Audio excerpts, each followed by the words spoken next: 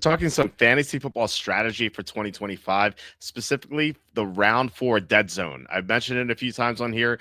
If you're not familiar with it, you might be wondering, what is it? How do you avoid it? Because it could really hurt you if you're not prepared for it. I'll discuss everything. Before I do, please hit like, subscribe, comment below, share this video, visit walterfootball.com for tons of content. We have fantasy football rankings, busts, sleepers. We have an article that says best and worst picks from every round. We have NFL mock drafts. We have NFL picks against the spread. We grade every signing. We grade every trade. It's all at walterfootball.com, and it's all free. So check us out. Yeah, we'll get to this right now.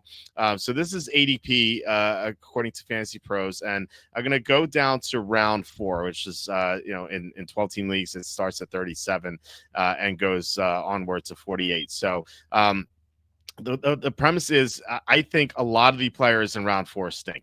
I love the players in round three for the most part. I love the players in round five for the most part. But when you get to the round four ADP, a lot of these players are garbage. And I'm not talking about quarterbacks and I'm not talking about George Kittle, who goes there too. I'm talking about the running backs and receivers for the most part. And I want to kind of highlight why I don't like these players and then like what you should do to kind of like make sure you come out of this unscathed, because like I said before, if you're not prepared for this, it can really hurt you. So starting at 37, you have Alvin Kamara. He's on my bust list. Again, you can see on the site.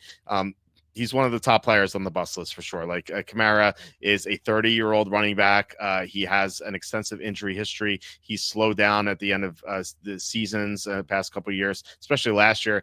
And then I have a worry that given how bad the Saints are, they might be like, okay, at the end of the year, they might just not give him carries as much as some of the rookies. They might be like, you're an older player. Why give you 20 touches? You can get like 12. We'll give Devin Neal some carries, to give Kendrick Miller some carries to see like who they like for the future. Marvin Harrison Jr. is going round three. I'm not sure about this ADP, but overall, Marvin Harrison Jr. is usually going round three, so not really including him in this area. I think like if you want to make a substitute for someone who's usually going round four is Breece Hall. Breece Hall, out of the 10 offensive snaps that the starters played in the first preseason game, he played only 5. He did not play third downs. And it sounds like they might want to trade Breece Hall. So he's someone I'm worried about as well. You have George Kittle. Now, I said ignore the quarterbacks and tight ends. I'll address them in a bit. Same thing with Hurts. McLaurin's still holding out. If this continues like for another week or two, he's going to be put himself at like major risk for injury. I'm worried about that already, and now it's just going to keep getting worse and worse as we go. Now James Cook signed. Maybe that kind of like expedites this or something, or maybe it just provides proof that these players will usually sign. But like we saw Le'Veon Bell just hold out for a whole season, so maybe McLaurin's the same way. I think he's being a little unreasonable with his demands, but I don't like this situation. Devontae Adams is a good player. The problem is Matthew Stafford is his back injury, which could really derail his season. So we saw Jimmy Garoppolo work with Adams with the Raiders, and Adams was not happy with Garoppolo. So I'm not sure he's too pleased that Garoppolo may start. Kenneth Walker, he's going way too early. This guy's always injured. He has this nagging injury right now. He's playing behind a bad offensive line, and he could be traded. It's his final year of his contract. Seattle's not going to be good this year. They could deal him. And if they do trade him, like who knows where he goes? He could be in the timeshare. Mike Evans is a 32-year-old with chronic hamstring injuries. So I worry about that. Chuba Hubbard, I like, but he's going round 5 typically. Like this is a little too early. I'm not sure why they included him here. DJ Moore, he himself said that he's going to get fewer touches this year. That there are just so many targets in Chicago. They have a Dunze who's going to take a big step. They drafted Loveland. They drafted Burden. And plus the running backs, they have 3 running backs to feed. So DJ Moore is not going to get the sort of volume. Plus, Caleb Williams is struggling a lot in training camp. Rashee Rice could be suspended for a while. We don't know yet. It's a little scary. Now he's going to play the first 4 weeks. But, if he's only suspended 2 games, then I think this is the right time to take him. But what if he's suspended 6 games? Like that's going to be a disaster. James Conner, he himself said that it's going to be a 1A, 1B situation with Trey Benson. And so taking it straight from the horse's mouth. I really don't trust the situation. Plus, he's 30 years old. And if you kind of like leak into the rest of the fifth round here, you have DK Metcalf, who's playing with Aaron Rodgers. Rodgers could be washed up. I don't trust Arthur Smith. So while Metcalf has potential and he's a really good player still, I don't really trust the situation. Cortland Sutton, he's a good player. I don't think he's round four worthy. I think like end round five makes more sense. So he's going a little too early. I'll talk about Travion Henderson in a second, but then you get to like the guys who usually go round five. So Tyrell McMillan sometimes leaks in round four. He said that he doesn't love football, so I don't want to take him. Plus, I really don't trust Bryce Young. So you have all these like crappy running backs and receivers in round four.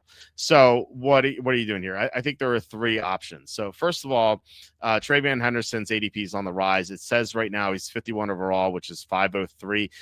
In my experiences, and you guys have, if you've watched his videos, you guys know how many fantasy drafts I've done this summer. I'm up to like 162. Travion Henderson in this past week has been going round four a lot, usually like between 403 and 408. And I think that's the right area for him. Even a little bit earlier makes more sense too.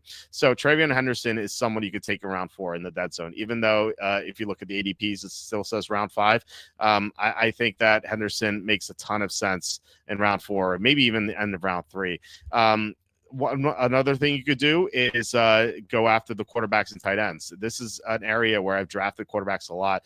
I'm usually someone who likes to wait on quarterbacks. I think there's usually more value with the quarterbacks like rounds 8, 9, 10, 11, etc. But this year, I'm all about getting one of the top five elite quarterbacks because there's a huge drop off between, after like the top five, obviously Josh Allen, Lamar Jackson, Jane Daniels, Jalen Hurts, and Joe Burrow. After Joe Burrow, there's a colossal drop off. It's either the six quarterbacks is either Patrick Mahomes or Baker Mayfield, and Mahomes hasn't been an elite fantasy quarterback for a while. It's really the pass protection that really worries me. They're going to have a rookie left tackle. Joe Tooney's gone. I'm not really high on the protection there. Although Josh Simmons, their rookie, could be really good. We'll see. And then Baker Mayfield with his offensive coordinator gone, with Mike Evans being older. Chris Godwin's not going to play for a long time. I do love Big Buka, but still, like Mayfield is going to have some regression this year. So there's a big drop offs. Like if I'm not taking a quarterback in round four with these top five, I'm going like round 9, Drake May or something like that. So it's something that like you have to keep in mind. I like taking these elite quarterbacks, so that's another thing you could do in round four. Just kind of be like in the back of your head, you're like, okay, I'm gonna in round four, I'm gonna take a quarterback over these crappy running backs and receivers. Not named Travion Henderson. George Kittle's the other option. I don't like taking tight ends early, but this is the right opportunity to do so if you want to do it. I'd rather wait on a tight end. Look, there is, first of all, I love Tyler Warren. He's usually going like round 7 or round 8, which I think is worth taking. Like he could be the next Sam Laporte 2 years ago, and then last year Brock Bowers. Like Tyler Warren's an elite athlete. He's going to get rushing touchdowns too. Like he did the tush push at Penn State. So this guy has so much potential. He's going to be the number one target in Indianapolis, especially with Josh Downs. So there's that. Or if you miss out on Warren, you could take a late round flyer on a tight end. There are certain teams that just can't defend tight ends, and so I like cycling through these. I play matchups for tight ends, just like defenses. So again, so I'm not like, it's not the best strategy to take Kittle, but if all the quarterbacks are gone and Henderson's gone, that is definitely an option in round 4.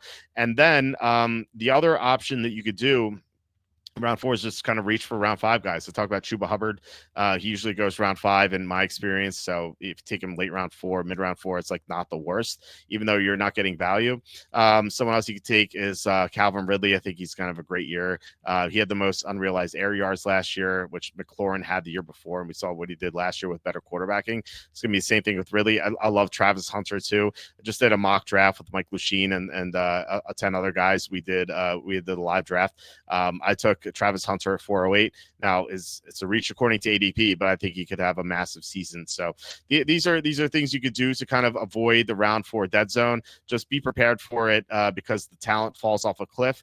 And like you might be seeing some of these names, like a Mike Evans has been great in the past, obviously. James Conner, great in the past, but like they're older now. Like they're going to be washed up. Like I don't want to take some 30-year-old guy on the decline. I'd rather go more upside. So like I said, either reach a little bit for a round 5 guy in round 4, or take one of the quarterbacks, tight ends, or if you're lucky enough to get Travion Henderson, take him there. So that is the round 4 dead zone. That's how to avoid it. I hope this helps at all. Please let me know what your plans are in round 4, because if you've done any drafts, you know how kind of bleak it gets if you know what you're doing. So all right, guys, please hit like, subscribe, comment below, share this video, all that good stuff. Please visit walterfootball.com for tons of content, new content every single day, and it's all free. So check that out. But otherwise, I will talk to you in the next video.